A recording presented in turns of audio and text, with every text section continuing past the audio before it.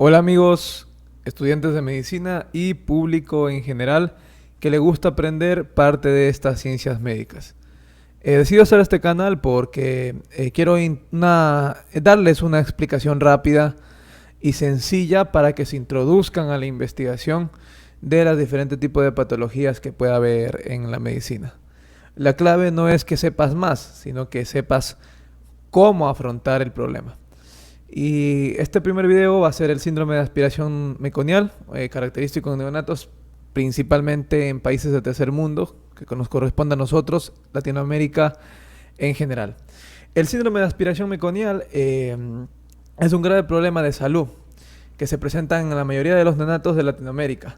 Si vamos a hablar de estadísticas, casi un 23% de los nacidos vivos en cada país va a sufrir síndrome de aspiración meconial. Pónganse un número de 300 más o menos. Como médico, esto es un problema grave, ya que el síndrome de aspiración meconial puede traer una hipoxia cerebral que no puede causar ningún daño hasta tal punto de causar todo el daño que te puedes imaginar, afectando la vida social, intelectual y física de la persona. Entonces, es un problema grave que en países del primer mundo prácticamente está erradicado. Es raro ver un síndrome de aspiración meconial grave, pero en Latinoamérica es frecuente. El objetivo de estos videos es que ustedes sepan lo básico, lo característico, lo principal para los que estudian medicina como para los que no, y que sepan abordar la patología tanto en conocimiento como en la vida práctica. Se va a hacer más videos, se va a hacer una serie de videos de otras patologías explicando siempre el siguiente método, sabiendo a qué nos enfrentamos y partiendo desde la base principal, desde la fisiología del ente que va a sufrir la patología, y luego vamos a ir desglosándola. No vamos a dar todo por falta de tiempo, pero lo que sí vamos a hacer es abordar lo que más se pueda de la patología para que sea de fácil entendimiento, que es lo que yo veo en algunas fallas de canales de YouTube que enseñan medicina, que explican la patología pero no explican el por qué ese ente, esa persona, ese paciente sufre la letalidad de la enfermedad, ¿no? Sufre las causas de la enfermedad, el por qué. Ahora, para el síndrome de aspiración meconial, vamos a tener en cuenta que el meconio se elimina de manera fisiológica en el organismo. Hablo del producto dentro de su desarrollo intestinal al tercer mes de gestación. Al tercer mes, este empieza a tener una actividad intestinal regular que se activa gracias a una enzima llamada motilina. La motilina está presente en todos los intestinos de todos los neonatos del planeta. ¿Qué hace fisiológicamente el organismo del neonato? Pues manda estímulos cerebrales centrales, lo cual le indica que tiene que haber una motilidad intestinal reducida, una contracción tónica del esfínter anal, y la deglución no puede estar presente. Obviamente, al estar el producto en el amnios, en el líquido amniótico, va a tragar líquido amniótico, pero este proceso hace que esa digestión no sea tan severa. Ahora, ¿el producto respira dentro del organismo de la madre? Pues sí, respira a través del cordón umbilical, y a partir de las 27 semanas de gestación empieza a tener los primeros brincos de respiración natural que un producto puede tener. Esto no significa que el producto ya esté respirando y se vaya a ahogar. El mismo organismo hace que estos reflejos respiratorios, que pueden estar dados por estímulos táctiles, por estímulos hormonales, incluso hasta por sufrimiento fetal, vayan a causar una asfixia del recién nacido o del neonato en sí. Por eso, fisiológicamente, dentro de la madre, el cordón umbilical es el que permite la oxigenación. Ahora, ¿cuáles son las causas principales que puede llevar a un producto, a un neonato, a que sufra de aspiración de meconio? Pues las causas principales son el sufrimiento fetal, todo sufrimiento fetal. Cualquier signo de sufrimiento fetal va a llevar al niño que nace a aspiración de meconio. Los factores de riesgos principales que pueden llevar a esta enfermedad a ser grave, pues son la hipoxia neonatal, la asfixia neonatal, la existencia de menos 5 controles por parte de la madre, o algo muy característico en nuestro medio, en Latinoamérica, y condiciones externas ambientales de la madre como el tabaquismo, el alcohol, el uso de drogas, y etcétera, abuso de medicamentos. Eso les dejo para ustedes para que investiguen, que es un tema muy bonito, es extenso, así que mucho ojo. Ahora, hablando del meconio. El meconio es líquido amniótico digerido, que aparte de eso está conformado por 3 cosas. Líquido amniótico, que en su 80% va a ser agua, y el resto del 20% estará conformado por moco y células de la mucosa intestinal. Y dirán, ¿el meconio se elimina naturalmente en el amnios, en el líquido amniótico? Sí, se elimina naturalmente en el líquido amniótico. El meconio es estéril, no se contamina en parámetros normales, en pacientes normales. El meconio se elimina a partir de las 34 semanas de gestación. ¿Sí? A partir de las 24 semanas de gestación en adelante, el meconio se elimina en bajas cantidades, pero que no afecta al niño por los mecanismos que les dije anteriormente. Entonces, ¿qué lleva a que un niño sufra de este problema y le afecte? Para que ustedes entiendan una patología, tienen que tener en cuenta que el producto, para que ustedes entiendan cómo un producto, un neonato, un bebé, es afectado por este síndrome, tienen que saber características del niño. Por ejemplo, que el niño al nacer es netamente respirador nasal, no es respirador bucal. Entonces, al respirar solo por la nariz, si el moco y este tapón mucoso obstruye la vía respiratoria, se va a ahogar. Otras cosas que tienen que saber del niño, que para que el niño rompa la resistencia que existe, el volumen de resistencia que existe, que descompensa los alvéolos al momento de nacer, tiene que haber una presión de milímetros de mercurio mayor a 25. Entonces, al haber esto, esos pulmones se expanden. Y el meconio, al estar presente y no poder expandir esos pulmones, entonces el niño se ahoga. Son todas estas características las que llevan a que el niño no pueda respirar, no pueda romper esa barrera. Entonces, al estar el meconio presente, y otra característica del meconio es la capacidad de inhibir la sustancia surfactante, que eso lo vamos a ver ahora. Entonces, iniciamos. El niño entra en fase de sufrimiento fetal, me elimina meconio.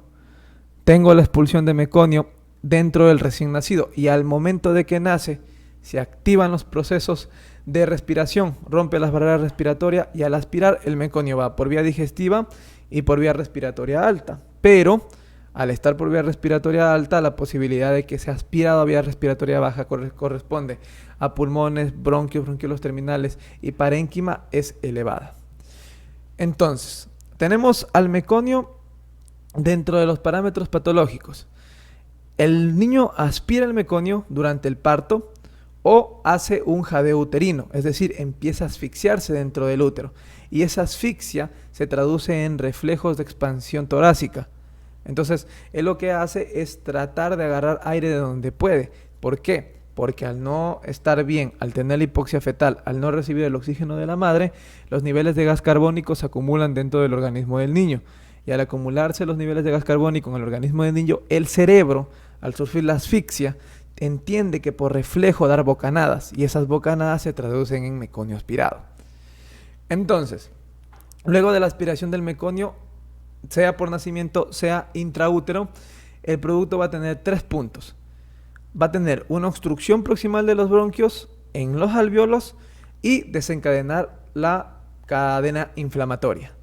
En la obstrucción de tanto de los bronquios como de alvéolos, pues ambas son graves. Hay productos que no necesitan tanto la presencia de la obstrucción porque el meconio a veces es demasiado denso y demasiado ligero y se pierde con facilidad, pero el meconio que pasa más tiempo en productos post maduros suele ser más espeso, pero ya lo vamos a ir explicando. Entonces, al haber la obstrucción tenemos atrapamiento aéreo, lo cual va a ser una especie de válvula. Imagínense que el aire entra, pero en el momento de que quiere escapar no puede porque una capa de moco lo sostiene. Entonces no va a dejar pasar. las fugas aéreas son poquísimas y eso se traduce en atrapamiento de oxígeno dentro del pulmón con una atelectasia. Los alvéolos colapsados pues tratan de compensar el intercambio CO2 con oxígeno, lo cual no puede. ¿Y en qué se traduce una alteración del intercambio de la presión de oxígeno? Pues en una hipoxia, una hipercapnia y una acidemia. Luego tenemos un daño químico por parte del meconio en el organismo, pues va a comenzar un proceso de cadena inflamatoria. No, pues al estar con ácidos intestinales, al estar con ácidos biliares y ácidos pancreáticos del producto, pues va a causar este proceso, teniendo como resultado el colapso de una hipertensión pulmonar del recién nacido, la cual es muy grave, muy grave. Siguiente, vamos a ver que la hipertensión pulmonar persistente del recién nacido se va a producir por esos cambios en la alteración del oxígeno y del CO2. Entonces, todo producto que tenga estas alteraciones, pues no le va a dejar tranquilo, no le va a dejar en paz, lo que va a traducirse con aumento de la presión de las arterias, debido a que quiere tratar de sustentar, de componer, de equilibrar el cambio gaseoso dentro de la circulación y no lo va a lograr. ¿Y cómo se traduce eso? Como una hipertensión pulmonar. Y lo cual es muy grave porque las arterias del pulmón, al engrosarse, pierden la capacidad de relajarse y permanentemente este niño queda con alteraciones de su mecanismo respiratorio. La clasificación clínica la vamos a traducir según el aspecto del meconio, la cantidad del meconio y los síntomas que presenta el niño. La clasificación clínica leve es meconio semilíquido, el cual este meconio es poco espeso. El niño puede presentar signos y síntomas de distrés respiratorio como taquignia, aleteo nasal, pero al momento de la saturación no se va a ver ninguna alteración en la PO2 ni en la PCO2. Aún así, no significa que al niño hay que dejarlo descuidado, hay que estar en observación durante las 24 a 48 horas, por lo menos con control de signos vitales, y aquí no necesita oxígeno. Es un niño que va a salir. En el síndrome de aspiración meconial moderado o SAN moderado, vamos a tener en cuenta el ADGAR. El ADGAR va a estar por debajo de los 6 puntos. El niño presenta una cianosis marcada junto con una hipercapnia. La saturación de oxígeno está baja y ahora sí va a necesitar oxígeno sí o sí de 12 a 24 horas con el fin de mantener una saturación elevada. Y esto puede llevar a un neumotórax. ¿Por qué? Porque al hacer el meconio efecto de válvula no permite que el oxígeno regrese. Entonces estos pulmones se atrapan de oxígeno y ocasionan el neumotórax. Mucho ojo con estos pacientes, hay que estar atentos para que no hagan un neumotórax y peor aún hagan una hipertensión pulmonar. Y la grave, que es la forma más severa, cuando tenemos una puntuación de ADGAR menor al 4%, son niños que nacen totalmente letárgicos, no tienen fuerza, no tienen tono muscular, no lloran.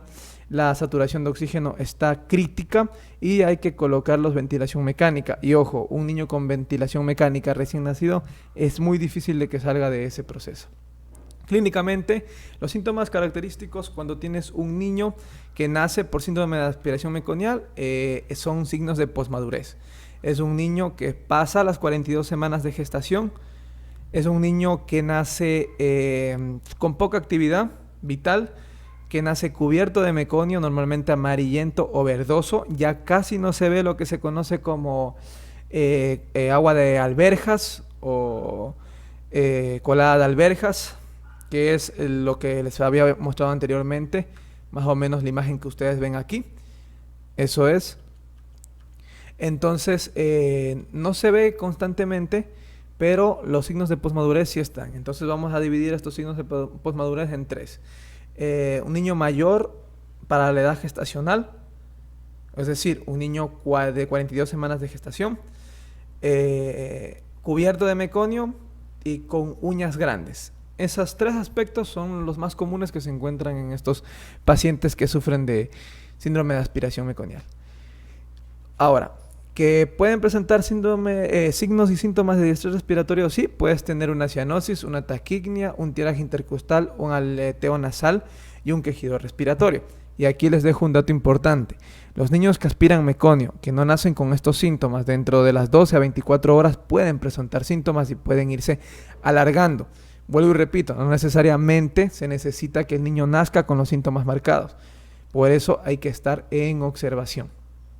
Y los signos y síntomas de severidad, pues eso ya te complementas con exámenes de laboratorio y exámenes de imágenes para que veas más o menos si este niño tiene neumotórax, si este niño presenta o no presenta hipertensión pulmonar del recién nacido.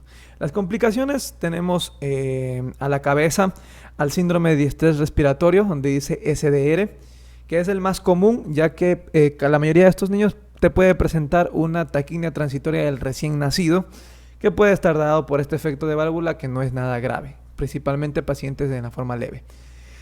Luego tenemos una neumonía por aspiración, tenemos una neumonitis química debido al efecto tóxico y a la cascada inflamatoria que libera el meconio. Tenemos una telectasia, un neumotórax y la más grave y casi irreversible, que es la hipertensión pulmonar del recién nacido. Ahora, el tratamiento de estos niños es controversial, no es fácil de explicar, pues la oxigenoterapia está recomendado en estos pacientes siempre y cuando lo necesiten, ¿no? Ya saben que la forma leve no la necesita, la moderada y la grave sí. ¿Cuál es el objetivo de la oxigenoterapia? No es inflar el pulmón, tengan mucho cuidado con esto. Al dar oxigenoterapia y hacer efecto de válvula pueden causar un neumotórax. A veces pasan estos accidentes en las áreas de UCI-P, de UCI pediátrico, pero para los que son más expertos en pediatría, pues no les ocurre esto. Lo que se quiere hacer con el oxígeno es tratar que este niño mantenga la saturación arriba de 92%. Los antibióticos están recomendados como profilaxis. Algunos ministerios de salud de otros países, entes médicos, no lo recomiendan, no tiene sentido, pero debido a que el meconio causa un efecto inflamatorio severo en el parénquima pulmonar, pues lo dan por profilaxis. La sustancia surfactante, esto es un tratamiento controversial. ¿Por qué? Porque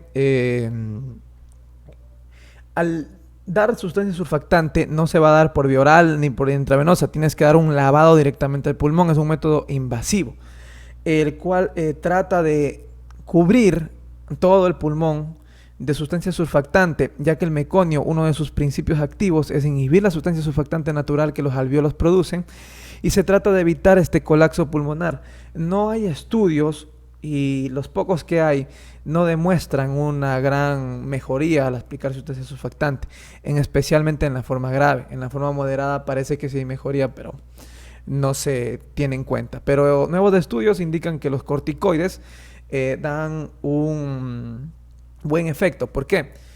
Como ya saben, el meconio es el que produce el proceso irritativo, el proceso inflamatorio, esa cascada inflamatoria en el parénquima pulmonar. Entonces, si los corticoides inhiben la cascada inflamatoria, inhibimos el proceso inflamatorio del parénquima. Ahora, obviamente, los corticoides no actúan hacia todos los factores de inflamación, porque ya aquí tenemos interleuquinas, citoquinas, factores de necrosis tumoral a escoger. Entonces, no hay un dato investigado adecuado, pero esta es la línea de tratamiento más o menos que se recomienda a seguir. Ahora, aquí unas estadísticas comunes, pues vamos a ver que en Ecuador, de donde yo soy, tenemos que el resultado de esta investigación que he realizado, tenemos que lo más común dentro de los factores de riesgo son los embarazos postérmino. No son niños maduros para la edad gestacional. Mientras que en las complicaciones, por suerte, y a nivel mundial también, acá en Ecuador, fue el síndrome de dificultad respiratoria, de distrés respiratorio, y a nivel mundial pues es lo mismo, ¿no? Casi la hipertensión pulmonar lo sigue, trata de agarrarlo, pero no es tan frecuente.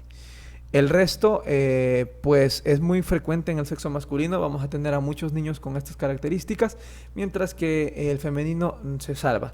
Y la forma más común a nivel mundial y en mi país también es la forma leve. Así que son niños que no presentan mucha decaída en su capacidad intelectual. Esa hipoxia cerebral no es de temer. Y las recomendaciones, pues, debido a que el SAN no siempre se presenta inmediatamente, es importante mantener la observación. Mucho ojo con prestar atención a los controles maternos. Los otros países evitan los del primer mundo, muy frecuentemente que las madres lleguen al post-término, siempre a término. ¿Que pueden nacer niños meconiados a término? Claro que sí. Los únicos niños que no nacen meconiados son los niños prematuros, porque su actividad intestinal no está elevada. Y eso tengan muy presente. Algunos profesores, doctores, les van a preguntar ese tipo de cosas que muchas veces no le prestamos atención. Pero mucho ojo, los niños meconiados son a término y post-término. No existe un niño meconiado prematuro. Así que ojo con el control materno, ojo con saber que el niño esté o no esté en sufrimiento fetal y valorar la capacidad respiratoria del niño en el momento y después para saber qué tanto daño ha recibido, y mientras menos soporte ventilatorio requiera, mejor. Espero les haya gustado esta explicación rápida, concisa de qué es el síndrome de aspiración meconial, cómo se presenta y a quiénes se los presenta. Y aparte de eso también, denle like a este video, compártanlo para tratar de crecer y yo seguirles trayendo contenidos y hacer que esto de la medicina sea más fácil de aprender. Y para los que son nuevos y están estudiando, no tengan miedo. La medicina no es una carrera difícil, es una carrera de resistencia.